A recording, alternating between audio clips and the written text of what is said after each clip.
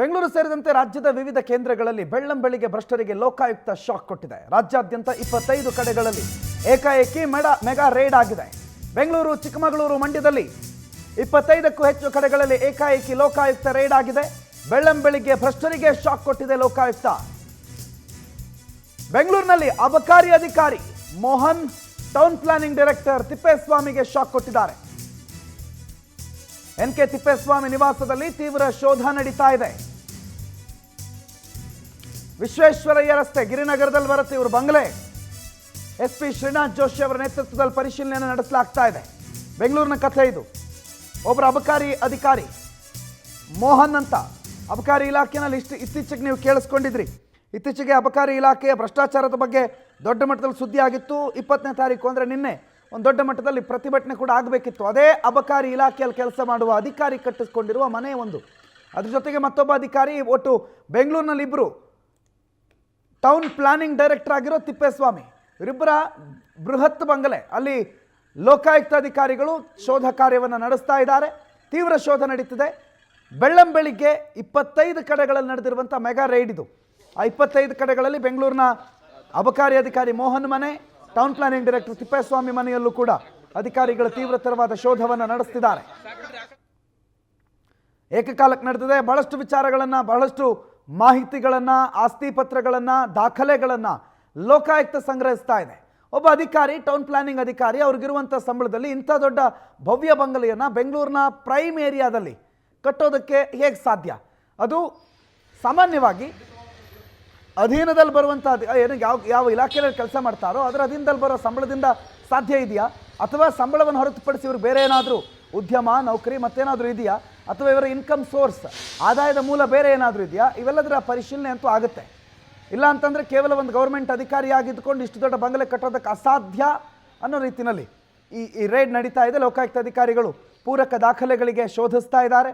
ಮನೆಯಲ್ಲಿ ಶೋಧ ಕಾರ್ಯ ನಡೀತಾ ಇದೆ. ಒಂದಿಷ್ಟು ದಾಖಲೆಗಳನ್ನು, ಒಂದಿಷ್ಟು ಫೈಲ್ಸ್ಗಳನ್ನು, ಆಸ್ತಿ ಪತ್ರಗಳನ್ನು ಲೋಕಾಯುಕ್ತ ಅಧಿಕಾರಿಗಳು ಈಗಾಗಲೇ ಕಲೆಕ್ಟ್ ಮಾಡಿಕೊಂಡಿದ್ದಾರೆ. ಬೆಂಗಳೂರಿನ ಗಿರಿನಗರದಲ್ಲಿರುವಂಥ ನಿವಾಸ ಇದು. ಲಕ್ಷ್ಮೀ ವೆಂಕಟೇಶ್ವರ ನಿಲಯ ಅಂತ.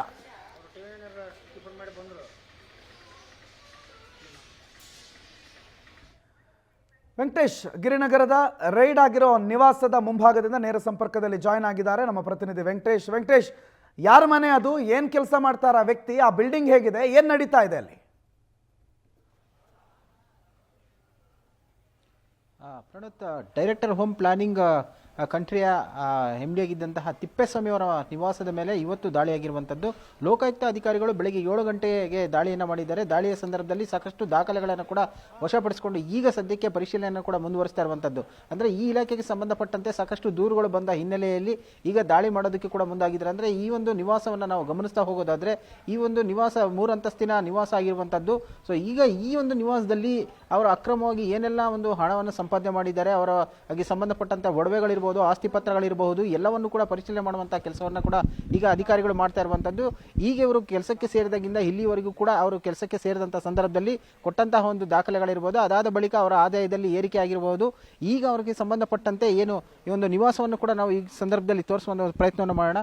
ಅಂದ್ರೆ ಈ ಒಂದು 3 ಅಂತಸ್ತಿನ ಮನೆ ಏನಿದೆ, ಈಗ ಸದ್ಯಕ್ಕೆ ಇದರೊಳಗಡೆ ಪರಿಶೀಲನೆ ಕಾರ್ಯ ಕೂಡ ಸಾಗ್ತಾ ಇದೆ. ಅಧಿಕಾರಿಗಳು SP ಆಗಿರುವಂತಹ ಶ್ರೀನಾಥ್ ಜೋಶಿ ಅವರ ಒಂದು ನೇತೃತ್ವದಲ್ಲಿ ಈ ಒಂದು ಪರಿಶೀಲನೆ ಕೂಡ ಸಾಗ್ತಾ ಇದೆ. ಅಂದರೆ ದಾಖಲೆ ಪತ್ರಗಳಾಗಿರಬಹುದು ಮತ್ತು ಅವರಿಗೆ ಸಂಬಂಧಪಟ್ಟಂತ ಬ್ಯಾಂಕ್ ಬ್ಯಾಲೆನ್ಸ್ ಆಗಿರಬಹುದು, ಎಲ್ಲವನ್ನು ಕೂಡ ಪರಿಶೀಲನೆ ಮಾಡುವಂತಹ ಕೆಲಸವನ್ನು ಈಗ ಅಧಿಕಾರಿಗಳು ಮಾಡ್ತಾ ಇದ್ದಾರೆ. ಸುಮಾರು ಸಂಜೆ 4 ಗಂಟೆವರೆಗೂ ಕೂಡ ಈ ಒಂದು ಪರಿಶೀಲನೆ ಕಾರ್ಯ ಮುಂದುವರಿಯುವಂತಹ ಸಾಧ್ಯತೆ ಇರುವಂತದ್ದು. ಪ್ರಣತ್, ವೆಂಕಟೇಶ್, ಇವರು ಟೌನ್ ಪ್ಲಾನಿಂಗ್ ಅಧಿಕಾರಿ ಅಂತ ಹೇಳ್ತಾ ಇದ್ದಾರೆ. ಏನೇನು ದಾಖಲೆಗಳು ಸಿಕ್ಕಿದೆ? ಎಷ್ಟು ಕೋಟಿಯ ಒಡೆಯ ಅಂತ ಏನಾದರೂ ಮಾಹಿತಿಗಳಿದೆಯಾ? ಇವರಿಗೆ ಅವನ ನಿವಾಸವನ್ನು ನೋಡಿದ್ರೆ ಎಷ್ಟು ಕೋಟಿಗೆ ಬೆಲೆ ಬಾಳಬಹುದು ನಮ್ಮ ಮಾನ್ಯ ಅಧಿಕಾರಿಗಳು?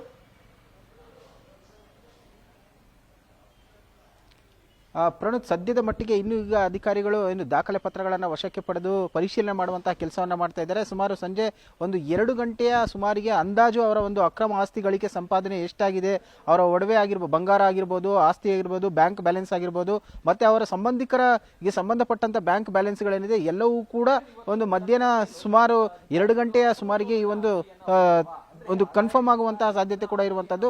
3 ಅಂತಸ್ತಿನ ಈ ಒಂದು ಮನೆ ಏನಿದೆ ಇದು ಗಿರಿನಗರದಲ್ಲಿ ಇರುವಂತದ್ದು.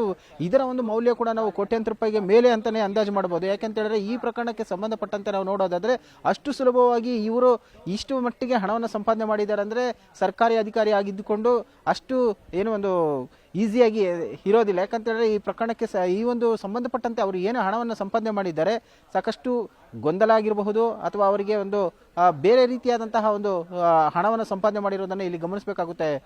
ಪ್ರಣೋತ್, ಇದು ಒಬ್ಬರು ಮನೆ ಆಯ್ತು. ಇನ್ನೊಬ್ರು ಅಬಕಾರಿ ಇಲಾಖೆ ಅಧಿಕಾರಿ, ಇತ್ತೀಚೆಗೆ ನಾವು ಅಬಕಾರಿ ವಿಚಾರದಲ್ಲಿ ಕೇಳಿದ್ದಂಥ ಆರೋಪ ಏನೋ ಸಿಕ್ಕಾಪಟ್ಟೆ ಹಣ ಕಲೆಕ್ಟ್ ಆಗುತ್ತೆ, ಸಿಕ್ಕಾಪಟ್ಟೆ ಅಲ್ಲಿ ಕಿಕ್ ಬ್ಯಾಕ್ ಪಡಿತಾರೆ ಅಥವಾ ಬೇರೆ ಬೇರೆ ವಿಚಾರಗಳಲ್ಲಿ ಸಚಿವರಾದಿಯಾಗಿ ಅಧಿಕಾರಿಗಳು ದುಡ್ಡು ಮಾಡ್ತಾರೆ ಅಂತ. ಅದಕ್ಕೆ ಪೂರಕ ಅನ್ನುವಂತೆ ಅಬಕಾರಿ ಅಧಿಕಾರಿ ಒಬ್ಬರ ಮನೆ ಮೇಲೂ ಕೂಡ ರೈಡ್ ಆಗಿದೆ ಅಂತ ತಿಳಿಸ್ಪಟ್ವಿ. ಯಾರ ಅಧಿಕಾರಿ, ಅಲ್ಲಿನ ರೈಡ್ ಬಗ್ಗೆ ಏನಾದರೂ ಮಾಹಿತಿ ಇದೆಯಾ?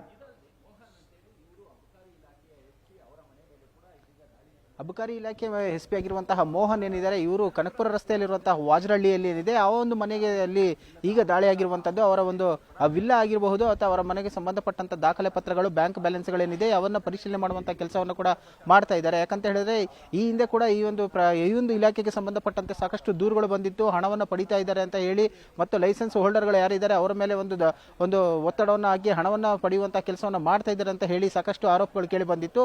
ಆ ಹಿನ್ನೆಲೆಯಲ್ಲಿ ಮತ್ತೆ ಈ ಲೈಸೆನ್ಸ್ ರಿನ್ಯೂವಲ್ ಆಗುವಾಗ ಹಣಕ್ಕೂ ಕೂಡ ಡಿಮ್ಯಾಂಡ್ ಮಾಡ್ತಾ ಇದ್ದಾರೆ ಅಂತ ಹೇಳಿ ಒಂದು ಆರೋಪ ಬಂತು. ಆ ಹಿನ್ನೆಲೆಯಲ್ಲಿ ಲೋಕಾಯುಕ್ತ ಅಧಿಕಾರಿಗಳು ಕೂಡ ದಾಳಿ ಮಾಡುವಂತಹ ಸಂದರ್ಭದಲ್ಲಿ ಒಂದು ಪ್ಲಾನ್ ಅನ್ನು ಮಾಡಿಕೊಂಡ್ರು. ಆ ಹಿನ್ನೆಲೆಯಲ್ಲಿ ಇವತ್ತು ಏಕಾಏಕಿ ಅವರ ಮನೆ ಮೇಲೆ ದಾಳಿಯನ್ನು ಮಾಡಿ ಒಂದು ದಾಖಲೆ ಪತ್ರಗಳನ್ನ ಏನಿದೆ ಅದನ್ನು ಕೂಡ ಈಗ ಪರಿಶೀಲನೆ ಮಾಡುವಂತಹ ಕೆಲಸವನ್ನ ಮಾಡ್ತಾ ಇದ್ದಾರೆ. ಅಕ್ರಮವಾಗಿ ಎಷ್ಟು ಹಣವನ್ನು ಸಂಪಾದನೆ ಮಾಡಿದ್ದಾರೆ, ಚಿನ್ನ ಬೆಳ್ಳಿ ಆಗಿರಬಹುದು, ಅದಕ್ಕೆ ಸಂಬಂಧಪಟ್ಟಂತೆ ಆಸ್ತಿ ಪತ್ರಗಳಿರಬಹುದು, ಎಲ್ಲವನ್ನು ಕೂಡ ಈಗ ಪರಿಶೀಲನೆ ಮಾಡುವಂತಹ ಕೆಲಸವನ್ನ ಮಾಡ್ತಾ ಇದ್ದಾರೆ. ಸುಮಾರು ಇನ್ನು 2 ರಿಂದ 3 ಗಂಟೆಗಳ ಒಳಗಾಗಿ ಅವರ ಅಂದಾಜು ಅಂದ್ರೆ ಲೋಕಾಯುಕ್ತ ಅಧಿಕಾರಿಗಳ ಒಂದು ಎಕ್ಸ್ಪೆಕ್ಟ್ ಏನಿದೆ ಅದು ರೀಚ್ ಆಗುವ ಸಾಧ್ಯತೆ ಕೂಡ ಇರುವಂತದ್ದು.